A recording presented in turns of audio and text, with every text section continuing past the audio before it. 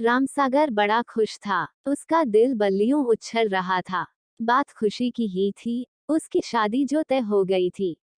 आखिरकार इतनी दुआओं और मन्नतों के बाद जीवन में ये शुभ अवसर आया था। वरना उसने तो अब शादी के विषय में सोचना ही छोड़ दिया था। माँ बाप जल्दी गुजर गए थे। रामसागर घर में सबसे बड़ा था। उसके बाद दो बहनें और दो भाई थे, जिनकी पूरी जिम्मेदारी उस अकेले के कंधे पर थी। थोड़ी खेती बाड़ी थी और एक किराने की दुकान भी। 18 बरस की उम्र रही होगी जब माँ बाप साथ छोड़ गए। रामसागर ने बड़ी मेहनत की। चारों भाई बहनों की देखभाल और उनकी शादी ब्याह की जिम्मेदारी उसने माँ बाप बनकर उठाए। अब उसकी 42 बरस की उम्र हो आई थी। इस उम्र के उसके दोस्त अपने बच्चों की शादी की चिंता में मग्न थे और वो अभी तक छुट्टे बैल की तरह घूम रहा था। छोटे भाई बहनों की नैया पार लगाते लगाते कब रामसागर के बालों में सफेदी झलकने लगी थी, उसे पता ही नहीं चला। सबका घर बसाने के चक्कर में उसका अपना घर अब तक नहीं बस पाया था। चलो देर आए दुरुस्त आए। रिश्ते की बुआ ने आखिरकार उसकी सगाई तय करा ही दी। उसका मन बुआ को दुआएं देते नहीं थक रहा था। लड़की पास के गांव की थी। 6 बहनों में तीसरे नंबर की। रामसागर अपनी बुआ के साथ लड़की देखने पहुंचा तो शर्म के मारे गर्दन ही नहीं उठ रही थी। लड़की चाय की ट्रे लिए सामने खड़ी थी। रामसागर नजरें नीचे किए बस उसके कोमल पैरों को निहार रहा था। गोरे गोरे पैर पतली पट्टी की सस्ती सी सैंडल में चमक रहे थे। नाखूनों पर लाल रंग की नेल पॉलिश चढ़ी थी। रामसागर तो उसके पैरों को देखकर ही रीझ गया। बुआ ने कोहनी मारी, जरा नजर उठाकर निहार ले, बाद में न कहना कि कैसी लड़की से ब्याह करवा दिया। रामसागर ने बमुश्किल नजरें उठाईं। लड़की के सिर पर गुलाबी पल्ला था। आधा चेहरा ही रामसागर को नजर आया। चांद सा, बिल्कुल गोरा गोरा।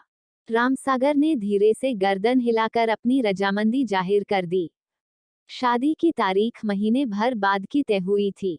रामसागर घर की एक एक चीज साफ करने में जुटा था। घर में उसके सिवा कोई था ही कहाँ जो सब संवारे बुहारे। सब उसे ही करना था। बहनें ब्याह कर अपने घरों की हो गई थीं। दोनों भाई रोजगार के चक्कर में दिल्ली गए तो वहीं के होकर रह गए। एक एक करके अपनी पत्नियों और बच्चों को भी ले गए कि वहां बच्चों की अच्छी परवरिश और पढ़ाई हो सकेगी। पीछे रह गया रामसागर अकेला। 1 महीने में रामसागर ने घर का कायाकल्प कर डाला। अपनी पत्नी के स्वागत में वह जो कुछ भी कर सकता था उसने किया। आखिरकार शादी का दिन भी आ पहुंचा। घोड़ी पर सवार रामसागर कुछ दोस्तों और रिश्तेदारों से घिरा गाजे बाजे के साथ धड़कते दिल से अपनी होने वाली ससुराल पहुंचा। लड़की वालों ने स्वागत सत्कार में कोई कमी नहीं छोड़ी। जयमाल फेरे सब हो गए। रामसागर बस एक नजर अपनी पत्नी के चेहरे को देख लेना चाहता था, मगर चांद पर लंबा घूंघट पड़ा था। आगे पीछे उसकी बहनें, सहेलियां और रिश्ते की बहुएं। सुबह विदाई के वक्त भी लंबा सा घूंघट। विदा की बेला आ गई। रामसागर घूंघट में जार जार रोती अपनी दुल्हन को लेकर अपने गांव पहुंच गया। सारा दिन रीति रिवाज निभाते बीत गए। दुल्हन भीतर कमरे में औरतों के बीच दुबकी बैठी रही और वह बाहर मर्दों में। आखिरकार सुहागरात की बेला आ गई। औरतों ने आकर रामसागर को पुकारा और धक्का देकर कमरे के भीतर धकेल दिया। चांद पर अब भी घूंघट पड़ा था। रामसागर झिझकते हुए पलंग पर बैठा तो उसका चांद और ज्यादा सिमट गया। काफी देर खामोशी छाई रही। आखिर हिम्मत जुटाकर रामसागर ने घूंघट के पट खोले तो जैसे उसको सांप सूंघ गया। घूंघट का चांद वो चांद नहीं था जो उस दिन नजर आया था। ये तो कुछ फीका फीका सा था। बेसाख्ता उसके मुख से निकला, तुम कौन हो? वह धीरे से बोली, अनीता।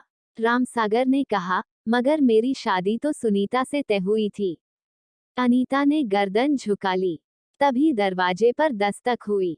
सकते में डूबे रामसागर ने उठकर दरवाजा खोला तो सामने बुआ खड़ी थी। वह झपट कर अंदर आईं और दरवाजा बंद करके पलंग पर बैठ गईं। रामसागर हैरानी से उनकी ओर देख रहा था।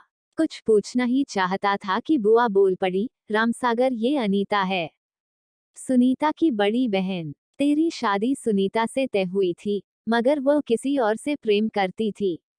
उसके साथ भाग गई। वो उम्र में भी तुझसे काफी छोटी थी, चंचल थी, तू उसे संभाल नहीं पाता। इसके पिता तो बड़े दुखी थे, मुझे बुलाकर सब सच सच बता दिए थे, माफी मांगते थे, मिन्नतें करते थे। फिर मैंने तेरे लिए अनीता को पसंद कर लिया। सब विधि का विधान है।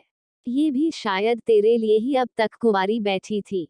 छोटी बहनों की शादियां पहले हो गईं। देख रामसागर, अनीता रूप में भले सुनीता से थोड़ी दबी हो, मगर गुणों की खान है। अपना पूरा घर इसी ने अकेले संभाल रखा था। इसको अपना ले, तेरा ब्याह इसी के साथ हुआ है, अब यही तेरी पत्नी है। बुआ रामसागर पर दबाव बनाते हुए बोली। रामसागर सिर पकड़े नीचे बैठ गया। बुआ और अनीता एकटक उसका चेहरा देख रही थी कि पता नहीं इस खुलासे का क्या अंजाम सामने आए। चंद सेकंड बाद रामसागर ने सिर उठाया और बोला, बुआ, घूंघट में घोटाला हो गया, मगर कोई बात नहीं, नुकसान ज्यादा ना हुआ। बुआ हंस पड़ी, साथ में रामसागर भी ठठा पड़ा और चांद के चेहरे पर भी मुस्कुराहट तैर गई। कहानी अच्छी लगी हो तो चैनल को लाइक और सब्सक्राइब कर दें।